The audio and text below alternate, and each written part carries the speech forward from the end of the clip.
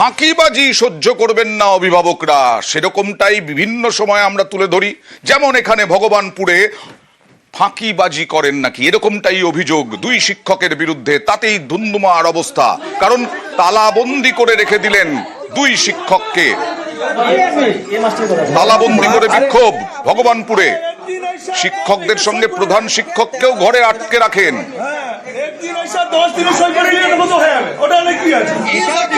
একদিন এসে 10 দিন সই করে যান নাকি?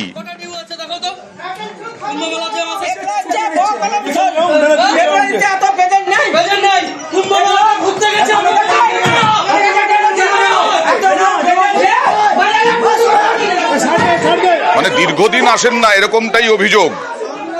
কথা বলবো প্রতিনিধি সুজিতের সঙ্গে। কি অভিযোগ এখনো পর্যন্ত জানা যাচ্ছে? নিয়মিত স্কুলে আসেন না, এলেও দেরিতে আসেন এবং উপস্থিতির খাতা যেটা রয়েছে স্কুলের সেখানে প্রতিদিনই দেখা যাচ্ছে শিক্ষকরা সই করছেন।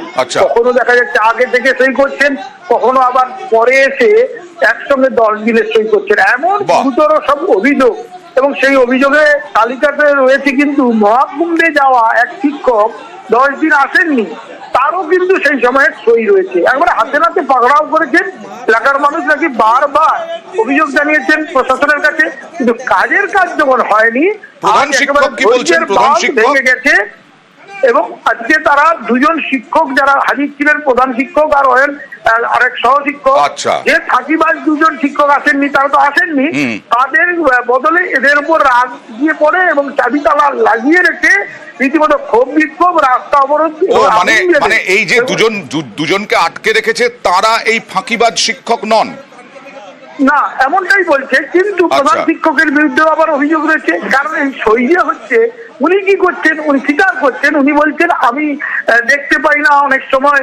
যে ফাঁকিবাজ শিক্ষক অনুপস্থিত আছে তার বিরুদ্ধে যে বিস্তর অভিযোগ সব মানুষ তুলে ধরেছেন আজকে একবারে যেটাকে বলে। তার জেরে পথ অবরোধ করলেন আগুন জ্বালিয়ে অভিভাবকরা। আর এই দুজন শিক্ষক স্কুলে এলে পরে তাদের কি অবস্থা হবে নিশ্চয়ই নিউজ 18 বাংলায় দেখতে পাচ্ছেন তারা।